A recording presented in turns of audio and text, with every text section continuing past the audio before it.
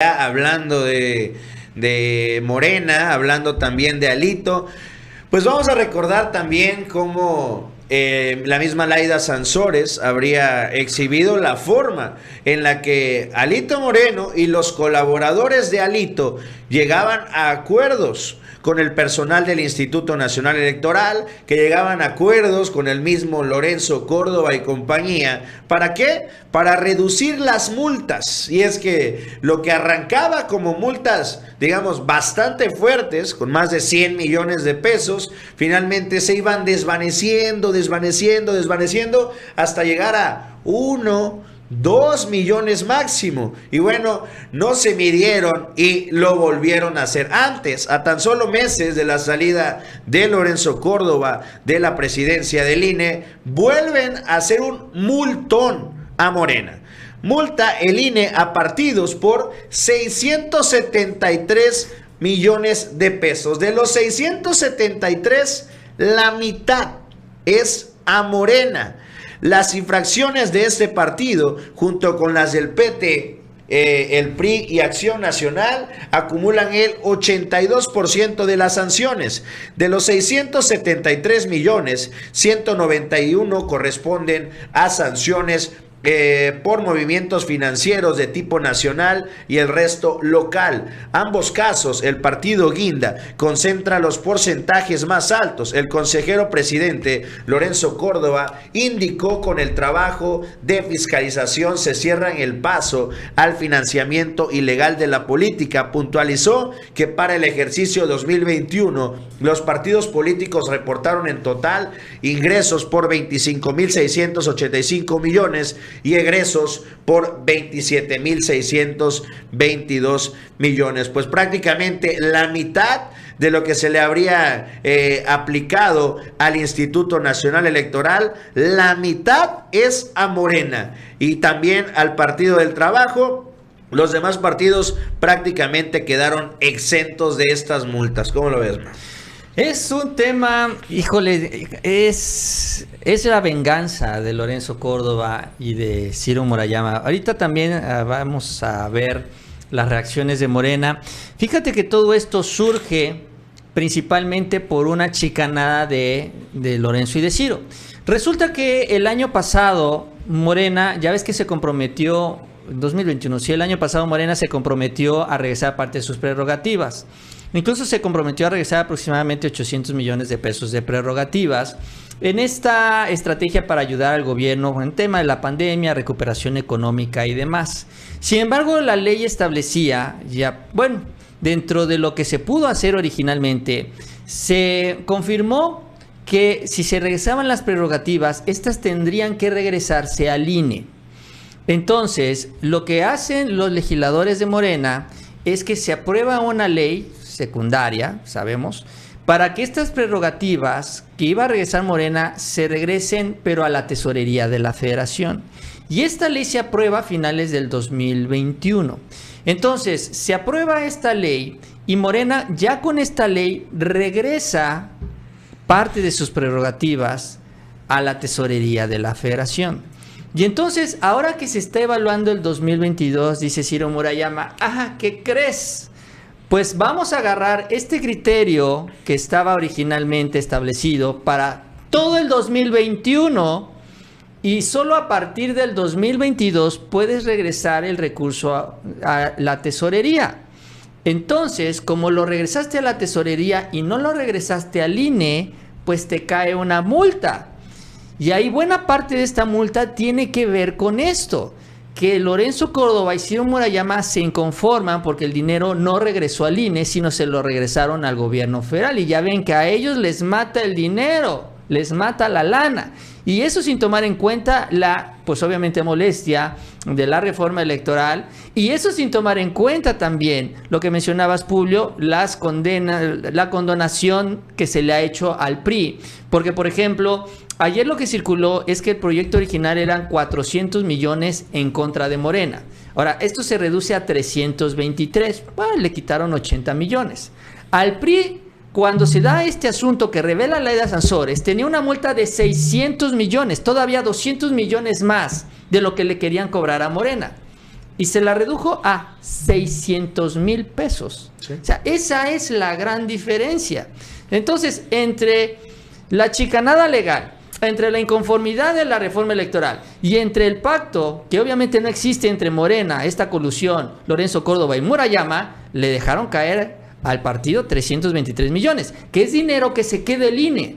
Porque estas prerrogativas las recibe el INE, porque esto es lo que reciben ellos, pero ya no se las entrega a los partidos, porque ya están multados y se las va descontando a los chinos. Así funciona eso de las multas en el INE. Ahorita vamos a ver cómo pusieron las multas, pero nada más ahí, para los que están viendo también al mismo tiempo el partido y el ganso. Una buena y una mala. México metió gol por fin, no se ven ceros. Felicidades. La mala es que metió gol Argentina. Metió gol Argentina. Bueno, entonces hay que meter más goles. Hay que meter más. Aquí están las multas que aplicó el INE, ahí para que veamos más o menos lo brutalmente y completamente irregular que están siendo estas sanciones. Por ejemplo, el PRI, 2,700,000 pesos. El Partido del Trabajo, que bueno, entendemos que es un poquito más pequeño que el PRI y un poquito más pequeño que el PAN, 27 millones la multa. Y ya de ahí se va hasta Morena, 146 millones de pesos la sanción que le impone el Instituto Nacional Electoral. Es decir, prácticamente ni juntando a todos los partidos de la alianza, el PRI, el PAN y el PRD, le alcanzan a la mitad de la multa que tiene ya no Morena, el PT. De ese tamaño es pues los acuerdos que tiene Lorenzo Córdoba y el INE con Alito Moreno. Y bueno, ya quedó en evidencia cómo es que operan. Y así se lo dijeron en su cara a Lorenzo Córdoba. Vamos a ver la representación de Morena en el Instituto Nacional Electoral. Ya de manera sistemática, tratarle de dar un zarpazo al presupuesto de Morena a través de esta fiscalización. Hay que recordar nada más, hace unos meses, este Consejo General intentó poner una multa millonaria de más de 300 millones de pesos a este partido político por su gasto en 2020. Ya mencionan aquí algunos criterios, ahí cambiando la fórmula de los remanentes, unos artilugios contables, y esa determinación al final no se sostuvo en la Sala Superior del Tribunal Electoral del Poder Judicial de la Federación. Y estamos pendientes de que se acate esa sentencia para ver en cuánto dejaron el zarpazo que nos dieron para el año 2020. Esta severidad que vemos artera contra Morena en cuanto hace a la fiscalización de los recursos, pues no la vemos con otros partidos políticos, fíjense nada más.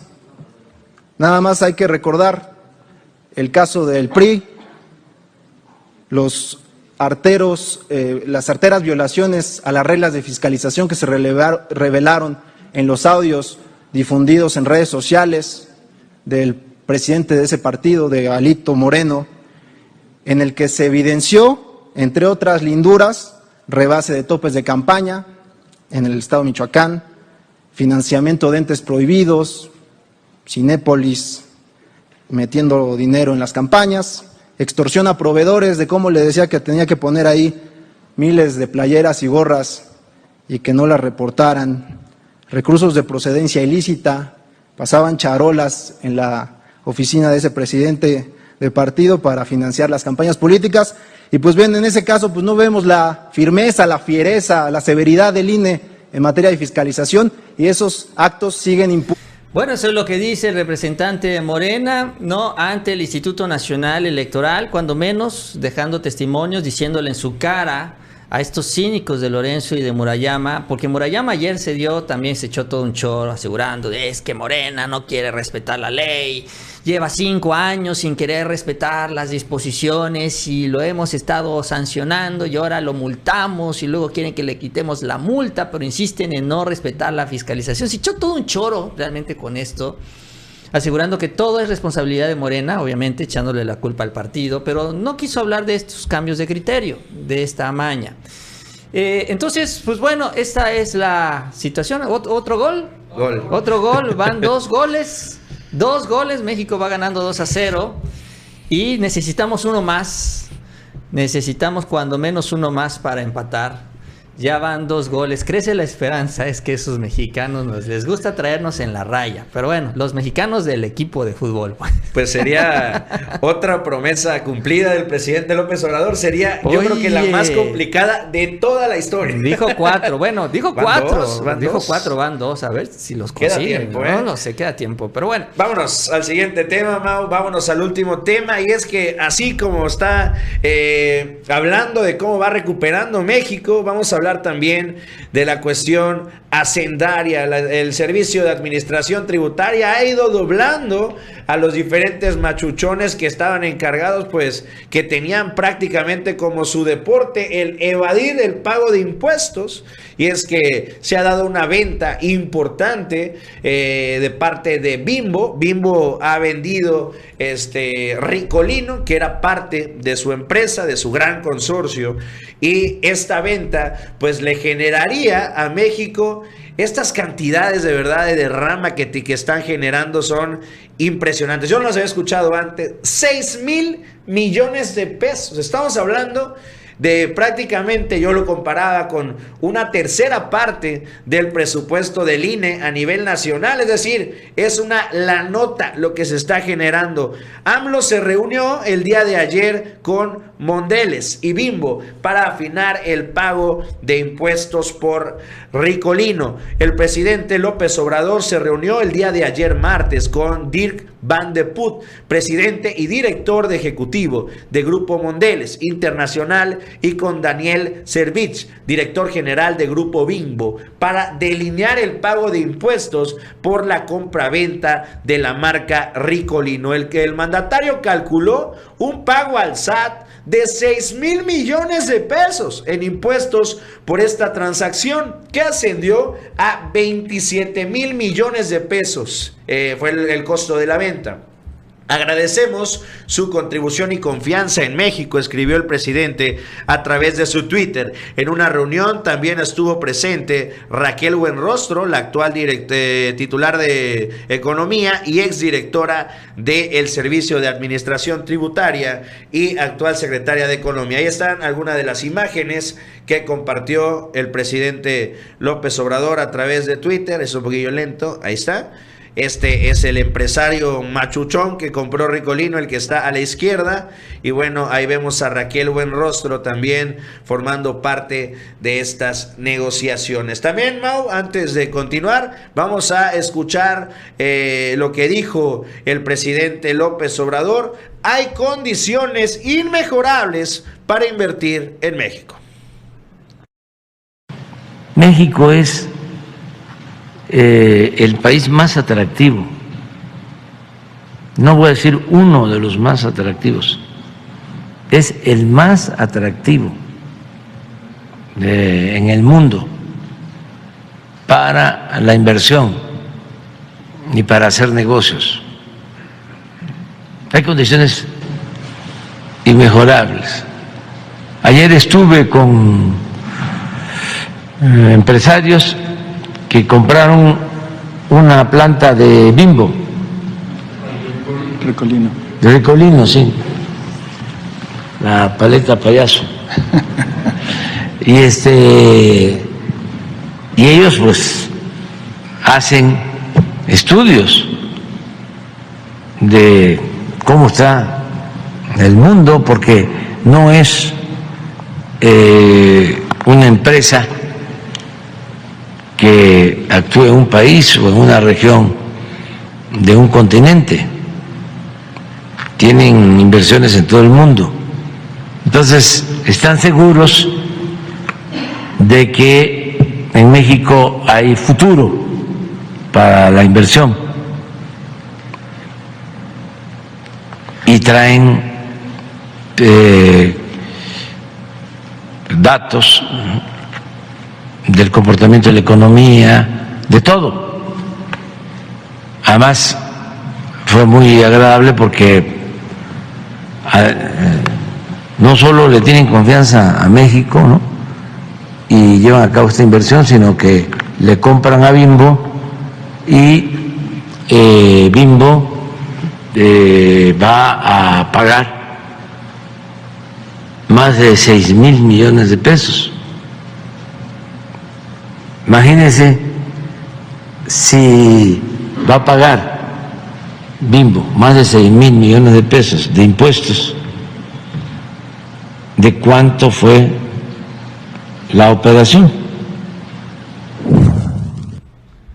Bueno, eso es lo que comenta el presidente y es un camino en el que hemos venido andando ya desde hace varios meses en la recuperación económica, en donde después de esta pandemia hemos ya estado viendo cómo se vienen dando mensajes muy positivos en este sentido.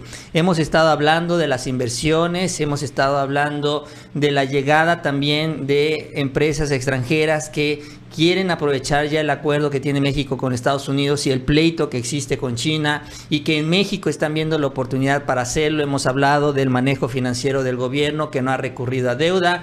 Hemos hablado de que se han mantenido también todos los niveles macroeconómicos, como se le dice, en orden, lo que ha generado confianza también a nivel internacional. Ahí está también el reflejo en el tipo de cambio, el dólar que sigue y sigue bajando, ¿no? De manera gradual, también esto es muy importante.